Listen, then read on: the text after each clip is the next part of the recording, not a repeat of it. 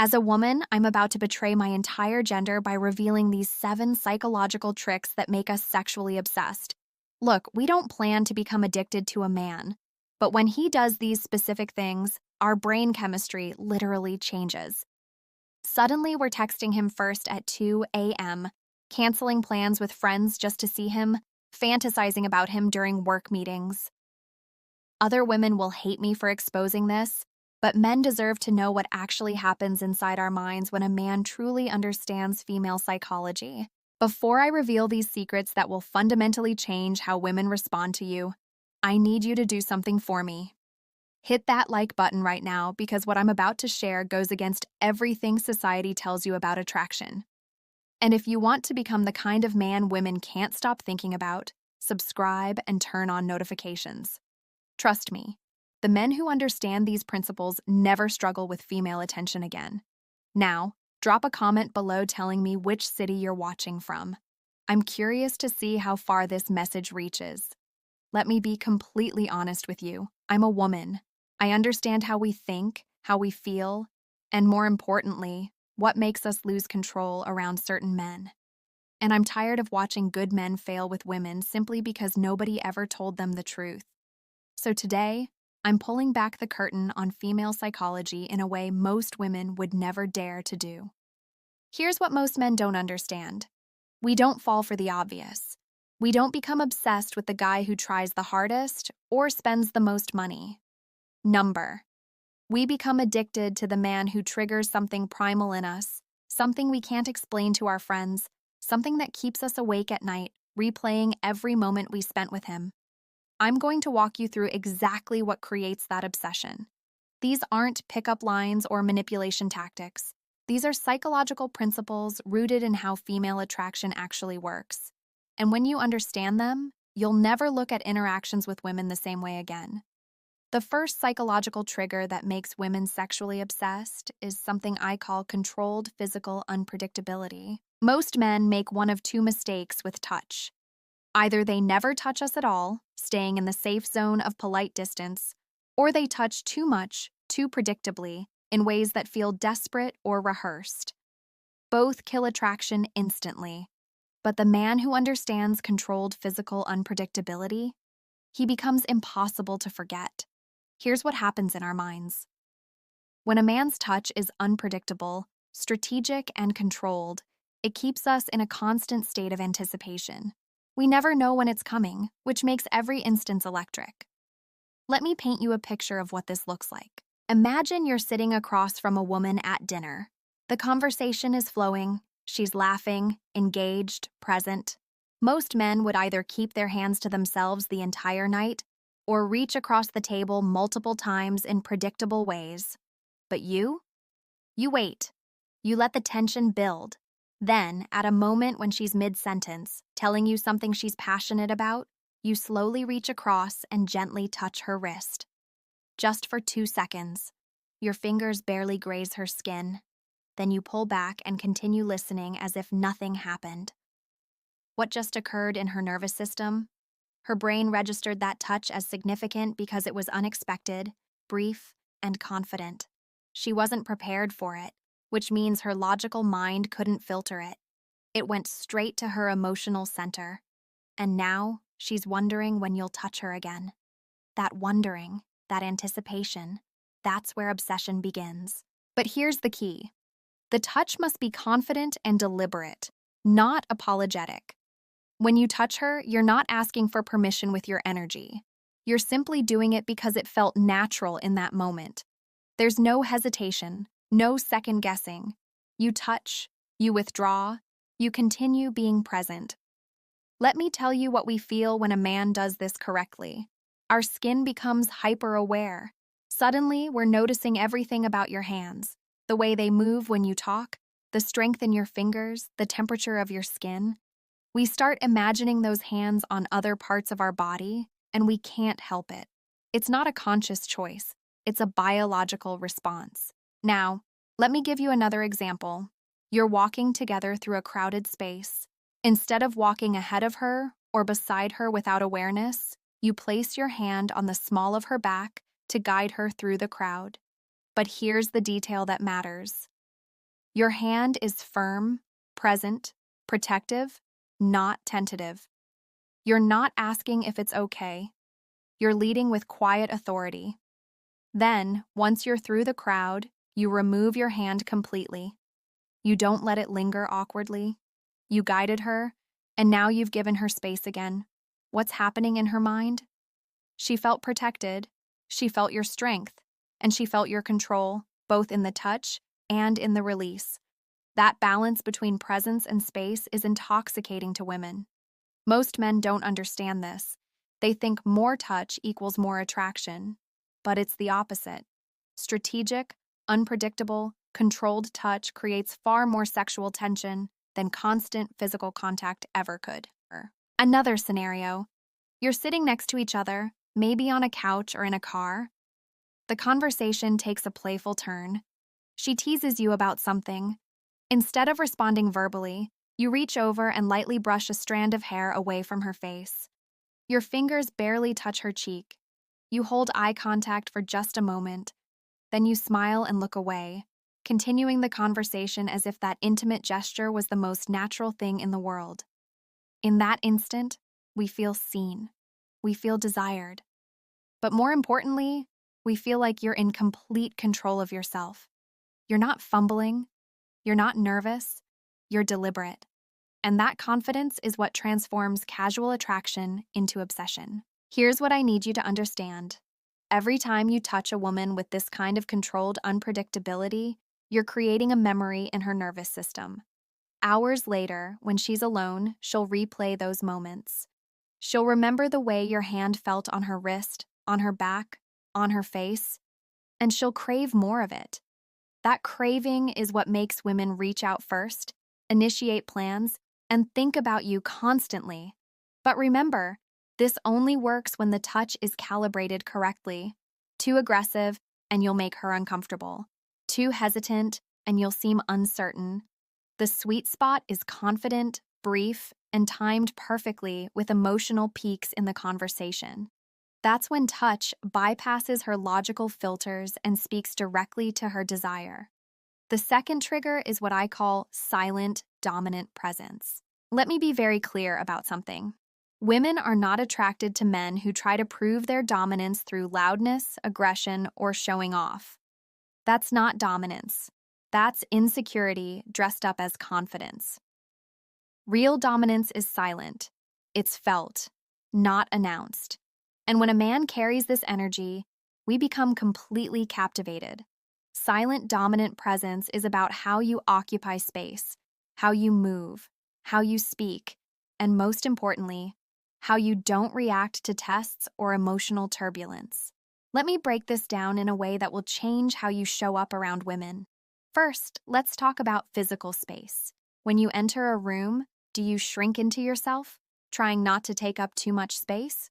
Or do you stand tall, shoulders back, moving with unhurried confidence? The man with silent, dominant presence doesn't rush. He doesn't fidget. He doesn't look around nervously to see who's watching. He simply exists with complete comfort in his own skin. I'll tell you what happens to us when we see this. Our eyes are drawn to you immediately, not because you're demanding attention, but because your energy is magnetic. You look like you belong wherever you are. And that belonging, that self-assuredness, triggers something primal in us. We want to be close to that energy. We want to be chosen by the man who clearly has options but isn't desperate for validation. Now, let's talk about verbal dominance. This isn't about talking over people or dominating conversations. It's about the way you speak. Slow, clear, unhurried. You don't rush your words. You don't fill every silence with nervous chatter. You speak when you have something worth saying. And when you do, people listen because your tone carries weight. Here's a specific example. Most men, when a woman says something that could be interpreted as a test or a challenge, immediately go into defense mode. They explain themselves, justify their position, or try to win her approval. But the man with silent, dominant presence, he just smiles. Maybe he gives a short, calm response. Or maybe he says nothing at all, holding eye contact with quiet amusement. That non-reaction is more powerful than any argument could ever be. What are we thinking when you do this? We're thinking, he's not affected by my words. He's not trying to impress me. He's completely secure. And that security is incredibly attractive. It tells us that you're not someone we can manipulate or control, which paradoxically makes us want you more. Women test men constantly, often without even realizing it. And the men who pass those tests without effort are the ones who occupy our thoughts long after the interaction ends. Let me give you another layer. Silent dominance shows up in how you handle yourself during conflict or tension. Most men either explode with emotion or shut down completely. Neither response shows strength. But when you remain calm, when your voice stays steady, when you address the situation without losing your composure, you demonstrate a level of control that women find irresistible. I remember watching a man handle a difficult situation once. Someone tried to publicly disrespect him in a social setting. Instead of getting angry or defensive, he simply looked at the person, paused for a moment, and calmly said something that completely diffused the situation without aggression. The entire room felt his presence in that moment. And every woman there, myself included, couldn't stop thinking about him afterward. Why? Because he showed mastery over his emotions. He showed that nothing could shake him. That's power. Here's what you need to internalize. Women feel safe around men who are in control of themselves. And safety, combined with attraction, creates obsession. When we know that you won't fall apart under pressure, that you won't become emotionally volatile, that you can be trusted to stay grounded no matter what happens, we relax into your presence. And in that relaxation, desire flourishes. Silent, dominant presence also shows up in the smallest details. The way you sit, legs open, body relaxed, taking up space without apology. The way you maintain eye contact without looking away first, holding our gaze with quiet intensity. The way you let silence sit between you without feeling the need to fill it with meaningless words. All of these micro behaviors communicate the same message. I am comfortable with who I am, and I don't need your approval to feel valuable. And here's the part that might surprise you. This energy makes us want to please you, not because you demand it, but because we naturally desire the approval of a man who clearly has standards. We start dressing better around you. We start putting more effort into our appearance, our conversation, our behavior. We want to be worthy of your attention because your attention feels rare and valuable. The third psychological trigger is strategic emotional withdrawal. Now, this is where most men completely misunderstand female psychology. They think that being consistently available, always responsive, and constantly present is what keeps a woman interested. But it's not. In fact, it's one of the fastest ways to kill attraction. What actually creates obsession is strategic emotional withdrawal, knowing when to pull back, when to create space, and when to let her feel your absence. Let me explain how this works in our minds. In the beginning stages of attraction, we're used to a certain level of attention from you. You're texting regularly, making plans, showing interest. Then suddenly, you pull back slightly, not in a dramatic way, not by ignoring us or playing games, but you become a little less available. Your responses take a bit longer. You mention being busy with something important in your life. You don't initiate contact as frequently as before. What happens to us? We notice immediately. And instead of losing interest, we become more interested. We start wondering what changed. We replay our last interactions, trying to figure out if we did something wrong. We check our phones more often, hoping to see your name. We start thinking about you more because now there's uncertainty. And uncertainty, when dosed correctly, is one of the most powerful drivers of obsession. Here's why this works. Human psychology is wired to value what feels scarce. When you were constantly available, we took your attention for granted. But now that it's less certain, it becomes more valuable. We start chasing what we're afraid of losing. This isn't manipulation. It's just how attraction operates. People pursue what moves away from them and take for granted what's always there. But here's the critical distinction. Strategic emotional withdrawal is not the same as ghosting, playing games, or being emotionally unavailable. Those behaviors destroy trust and create resentment. Strategic withdrawal means you have a full life outside of her. You have goals, ambitions, friendships, and pursuits that genuinely demand your time and energy. When you pull back, it's because you're actually busy building something meaningful, not because you're trying to make her chase you. Let me give you a practical example. You've been seeing a woman for a few weeks. Things are going well. You've been texting daily, seeing each other regularly. Then you tell her you have a big project at work or a personal goal you're focusing on for the next week. You don't disappear completely, but your energy shifts. Your texts become shorter, less frequent. When she reaches out, you respond, but you're not as available as before. You're present, but not pursuing. What's happening in her mind during this time? She's thinking about you constantly. She's wondering if you're losing interest. She's checking to see if you've posted anything online. She's texting her friends about you, asking if she should reach out or wait for you to contact her. And when you finally do re-engage fully, the relief and excitement she feels creates a dopamine rush that bonds her to you even more strongly than before. But here's what makes this truly powerful. During your withdrawal, you're not just absent. You're genuinely focused on something that matters to you. And when you come back into her life, you have progress to show. You've accomplished something.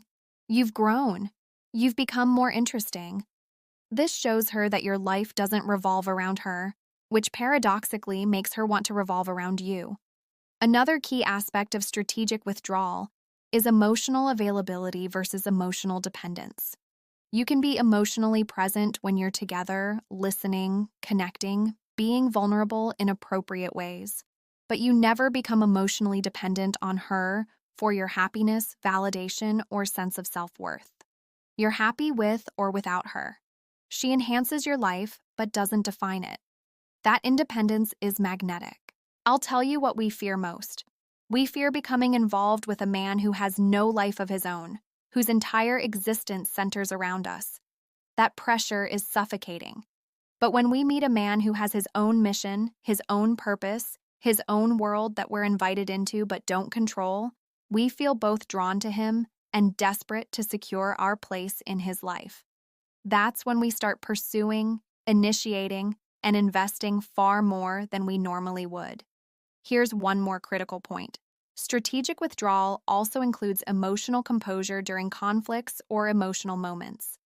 When we're upset or emotional, most men either become equally emotional or try to fix everything immediately. But the man who understands this principle stays calm. He listens, he acknowledges, but he doesn't get pulled into emotional chaos. He maintains his center. And that stability makes us feel both frustrated and deeply attracted because we can't shake his peace. The fourth trigger is masterful eye contact combined with intentional body language. I need you to understand something about women. We read nonverbal communication at a level most men never fully comprehend. We notice everything: the way you stand, the way you move your hands, the direction of your gaze, the tension in your jaw. All of these microsignals tell us more about who you are than your words ever could. And when a man masters eye contact and body language, he becomes almost impossible to resist. Let's start with eye contact, because this is where most men fail completely. They either avoid eye contact out of nervousness, or they stare too intensely in a way that feels aggressive or uncomfortable. But the man who understands the power of calibrated eye contact, he uses his eyes to create intimacy, tension, and connection without saying a word. Here's what powerful eye contact looks like. When you're talking to a woman, you hold her gaze with relaxed confidence. You're not staring her down. You're not looking away nervously. You're simply present, looking into her eyes as if you're reading something deeper than her words. And occasionally, very deliberately, your gaze drops briefly to her lips before returning to her eyes. That triangle, eyes to lips to eyes, creates an unconscious signal of romantic and sexual interest that we feel in our entire body. What are we experiencing when you do this? Our heart rate increases, our breathing changes, we become hyper-aware of your proximity. That brief glance at our lips makes us think about kissing you, even if we hadn't been thinking about it before. It plants a seed that grows in our imagination. And the best part? You did it without words, without force, without anything that could be rejected or misunderstood. It was subtle, confident, and devastatingly effective. Now let's talk about holding eye contact during conversation. When we're speaking, most men nod along but don't really hold deep eye contact. They look around, check their phone, or glance at other things. But when you maintain steady, focused eye contact while we're talking, something shifts. We feel heard. We feel important. We feel like we're the only person in the room to you. And that level of attention is intoxicating. But here's the advanced technique. After holding strong eye contact for a while, you intentionally break it. You look away slowly, maybe smile to yourself, then look back. That break and return creates a rhythm that keeps us engaged. It's not constant pressure, it's a dance. And in that dance, sexual tension builds naturally. Now let's address body language, because this is where silent communication reaches its peak. The way you position your body around a woman tells her everything about your confidence and intent.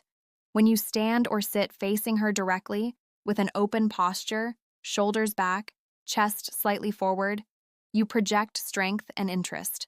When you lean back slightly, creating a bit of space, you demonstrate that you're comfortable and not desperate for her validation. This balance between engagement and independence is what creates magnetic tension. Here's a specific example. You're sitting next to her, maybe at a bar or on a couch.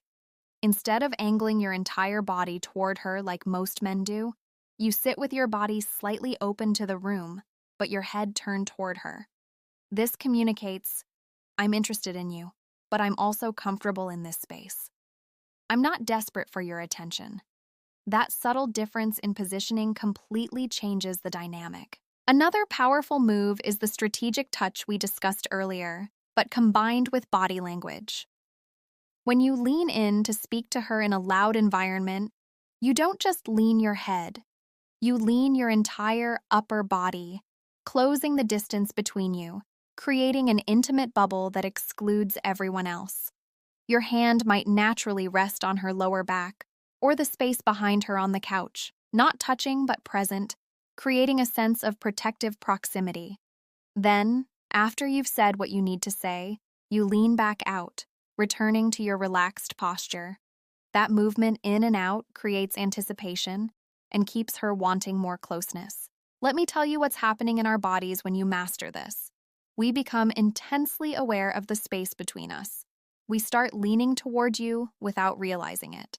Our body language begins to mirror yours because we're subconsciously trying to create harmony and connection. We cross and uncross our legs. We play with our hair. We find reasons to touch you, even briefly. All of these are signs that your nonverbal communication is working exactly as it should. Here's another critical element: the power of stillness. Most men fidget. They tap their fingers, bounce their legs, shift constantly in their seat. But when you remain still, grounded, and present, it communicates complete comfort and control. Stillness is dominance. It says, I don't need to fill the space with nervous energy. I am enough exactly as I am. And we feel that confidence radiating from you. One final aspect of body language mastery is how you move through space when you're with her. When you walk together, you don't rush ahead or lag behind. You set the pace. When you open doors or navigate crowds, you use your body to guide and protect without being overbearing. Your movements are smooth, unhurried, deliberate. Every action communicates that you're a man who knows where he's going and doesn't need anyone's permission to go there. The fifth psychological trigger is creating and maintaining sexual tension without rushing to resolution. This is where most men completely destroy their chances with women. They build attraction successfully, create interest, And then they rush to physical intimacy as quickly as possible, thinking that's the goal. But here's what they don't understand. The anticipation of physical intimacy is often more powerful than the act itself. The sexual tension, the buildup, the uncertainty of when it will happen, that's what makes women obsessed. Sexual tension is the electricity that exists between two people who are attracted to each other but haven't acted on it yet. It's the lingering glances, the touches that last a second too long, the conversations with double meanings, the moments when you're close enough to kiss, but you don't. And when you understand how to create and prolong this tension, you become unforgettable. Let me explain how this works in our experience. When there's strong sexual tension with a man, we think about him constantly. We replay every interaction. We imagine what might happen next. We fantasize about scenarios that haven't occurred yet. Our mind becomes consumed with possibility. And that psychological state is far more addictive than any physical encounter could be, because it keeps us in a constant state of heightened arousal and anticipation. Here's a practical example.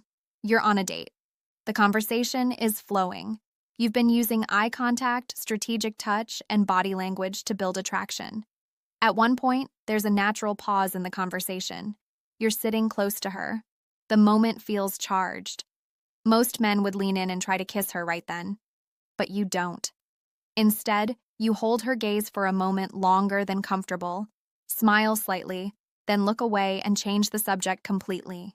You just acknowledge the tension without resolving it.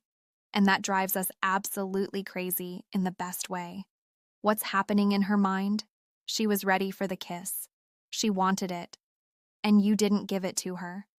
Now she's confused, frustrated, and even more attracted because you showed restraint. You showed that you're not controlled by your desire. You're patient. You're in control. And that makes her want you even more because she realizes she can't predict you or manipulate you with sexual availability. Another way to build sexual tension is through verbal teasing with subtle sexual undertones. This doesn't mean being crude or explicit. It means making comments that could be interpreted innocently or sexually depending on perspective. It's playful, flirtatious, and always leaves room for plausible deniability. When you master this, every conversation becomes charged with possibility. For example, she says something about being tired. You respond with a slight smirk. I could think of a few ways to wake you up. Then immediately move on to another topic before she can respond. That brief comment plants an image in her mind, but because you didn't linger on it or make it explicit, it maintains intrigue rather than becoming creepy or try hard.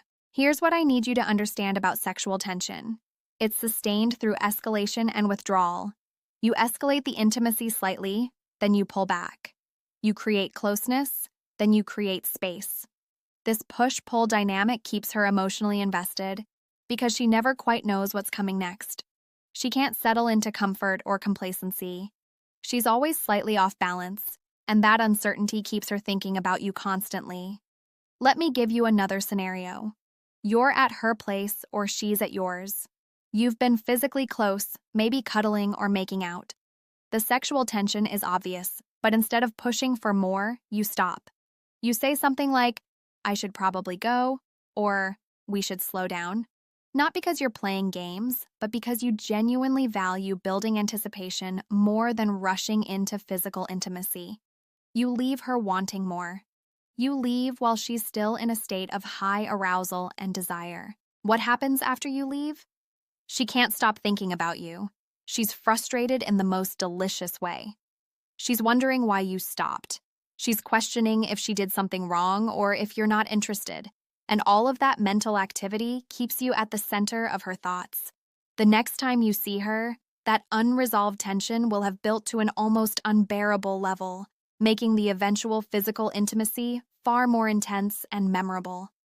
But here's the crucial point. Creating sexual tension only works if it's authentic.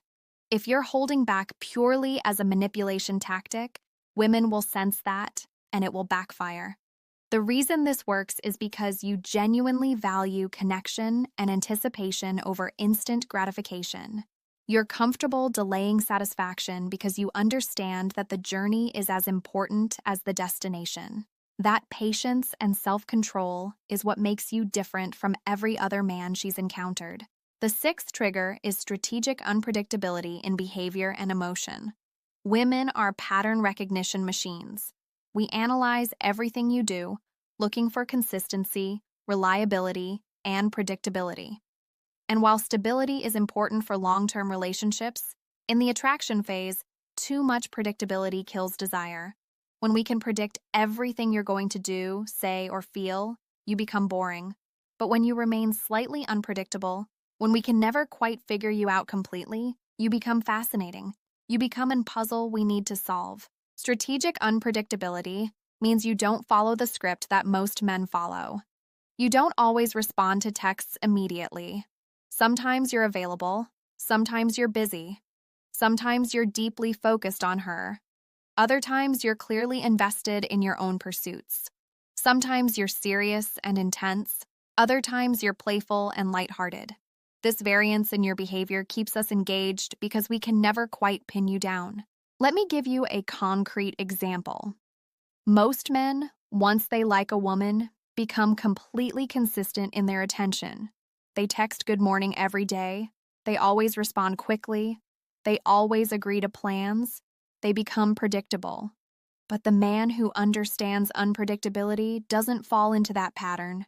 Some mornings he texts. Other mornings he's already deep in his day when she hears from him. Some days he's very responsive. Other days he's clearly busy with something important. This variance keeps her attention because she can't take him for granted. Here's what we experience when a man is strategically unpredictable. We stay alert. We pay attention. We wonder what version of him we're going to get today. And that wondering keeps us engaged. It prevents the relationship from falling into boring routine too early. Every interaction feels fresh because we genuinely don't know exactly how it's going to unfold. Another aspect of unpredictability is emotional variance. Most men, when they like a woman, show only one emotional range, usually agreeable and eager to please. But the attractive man shows depth. Sometimes he's warm and affectionate. Other times he's focused and serious about his goals. Sometimes he's playful and teasing. Other times he's thoughtful and philosophical. This emotional range makes him feel like a complete human being rather than someone playing a role to win approval. Here's a specific scenario. You've been dating for a few weeks. Most of your interactions have been fun and lighthearted. Then one evening, the conversation shifts to something deeper, perhaps your goals, your past, or something meaningful to you. In that moment, you show genuine vulnerability and depth. You let her see a side of you she hasn't seen before. Then, the next time you see her, you're back to being playful and teasing. That shift in emotional tone keeps her intrigued because she realizes there are layers to you she hasn't fully discovered yet. But here's where most men misunderstand unpredictability. It's not about being moody or inconsistent in your character. Your core values and principles should remain solid. What varies is your expression, your availability, and your emotional display. You're reliable in your integrity, but unpredictable in your behavior. That combination creates both safety and excitement, the perfect recipe for obsession. Let me tell you what happens in our minds when we encounter this. We become students of you. We pay attention to every detail, trying to understand what makes you tick. We analyze your patterns, looking for clues to predict your next move. And the more we invest mental energy into understanding you, the more emotionally attached we become. Because attention creates attachment. The more we think about you, the more important you become to us. Another powerful form of unpredictability is in how you handle conflict or disagreement. Most men either always concede to keep the peace or always stand firm to prove their strength. But the unpredictable man knows when to hold his ground and when to be flexible. Sometimes he agrees with her perspective because it's genuinely valid. Other times he maintains his position because it matters to him. She never knows which response she'll get, which means she can't manipulate the interaction. She has to engage authentically because she can't predict the outcome. Here's one final aspect of strategic unpredictability: occasional grand gestures mixed with consistent small actions. Most men either do nothing special or try to impress with constant grand gestures. But the man who understands this does mostly small, consistent things that show he cares, then occasionally, unexpectedly, does something bigger that catches her completely off guard. Maybe he plans a surprise for her birthday that she didn't see coming. Maybe he shows up unexpectedly when she mentioned she was having a hard day. These unpredictable moments of intensity, mixed with consistent stability, create the perfect emotional roller coaster that keeps her addicted to your presence. The seventh and final psychological trigger is post-intimacy emotional intelligence. This is perhaps the most overlooked aspect of creating female obsession, and it's where most men completely fail. They think that once physical intimacy happens, the game is over. They either become too clingy and needy afterward, or they pull back and become distant, afraid of appearing too invested. Both responses destroy attraction. What actually makes a woman obsessed is knowing exactly how to behave after intimacy in a way that makes her feel valued without making her feel pursued. Let me explain what happens to us after physical intimacy. In those moments, we're vulnerable. Our hormones are flooding our system. Oxytocin, the bonding hormone, is surging through our body, making us feel emotionally connected. And in that state, we're paying very close attention to how you respond to us. Your post-intimacy behavior will either deepen her attachment or make her regret what just happened. Here's what most men do wrong. They either immediately start acting like they're in a relationship, becoming overly affectionate and available, texting constantly, wanting to spend all their time together. Or they do the opposite. They distance themselves emotionally, afraid of appearing too keen, sending mixed signals that make us feel used or confused. Both approaches fail because they're reactive rather than intentional. The man who understands post-intimacy intelligence does something different. He remains present, but not clingy. He shows affection, but maintains his independence. He communicates clearly, but doesn't overwhelm.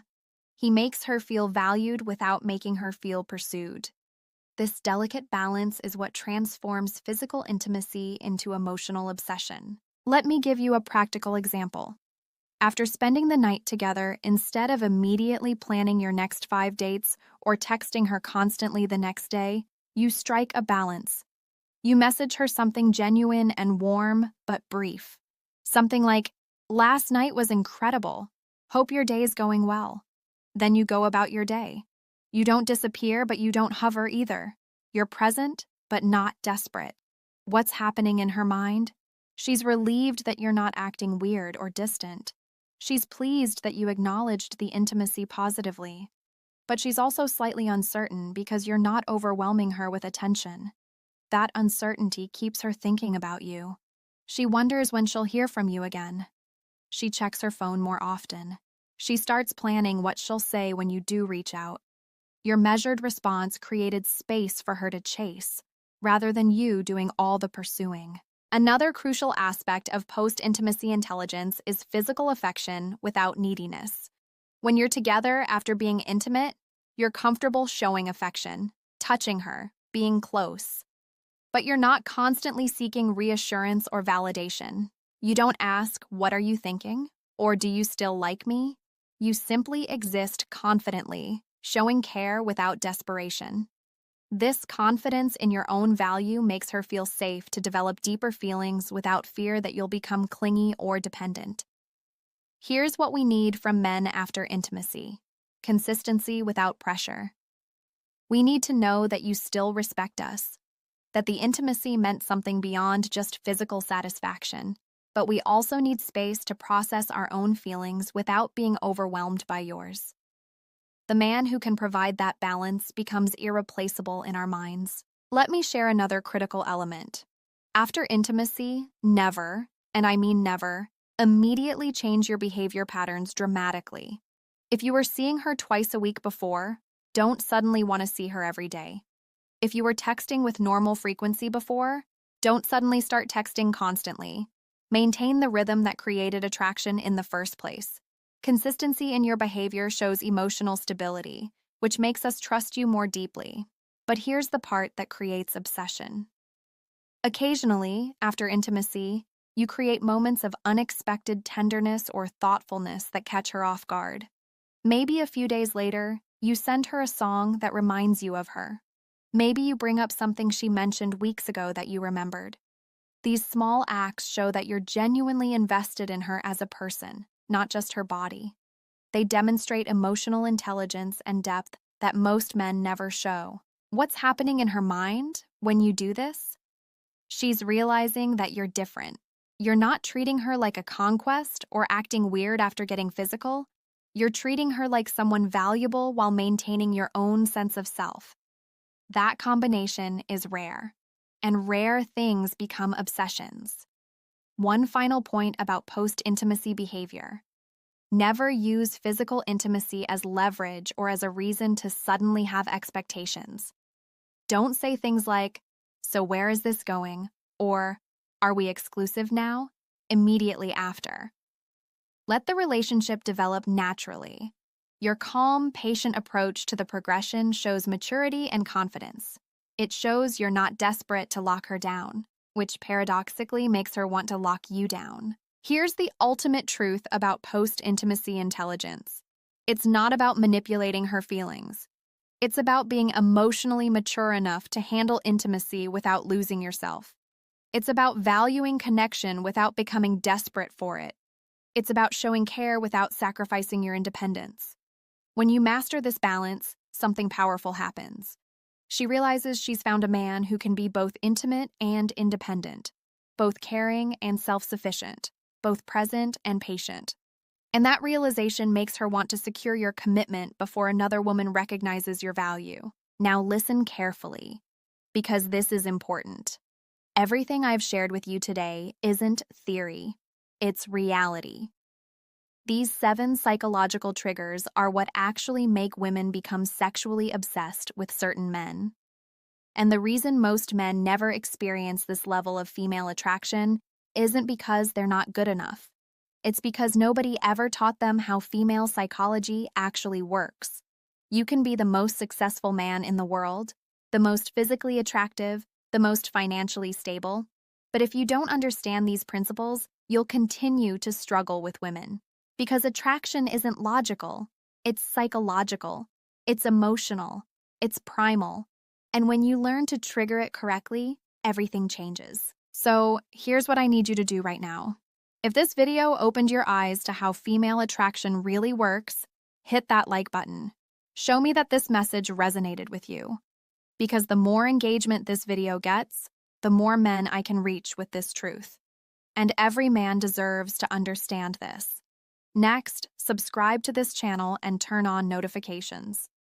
I'm going to continue pulling back the curtain on female psychology, sharing secrets that most women would never reveal. The men who follow this channel are building a different relationship with female attraction, one based on understanding rather than confusion. And finally, I want to hear from you. Drop a comment below and tell me which of these 7 triggers surprised you the most. Which one are you going to start implementing immediately? Share your thoughts, your experiences, your questions. Let's build a community of men who actually understand how to create genuine, lasting attraction with women. Remember, becoming the kind of man women can't stop thinking about isn't about manipulation or games. It's about understanding psychology and becoming the most confident, self-assured, emotionally intelligent version of yourself. When you do that, female attraction becomes natural, it becomes effortless, and it becomes inevitable. Now go out there and apply what you've learned. Your life with women is about to change dramatically. I'll see you in the next video.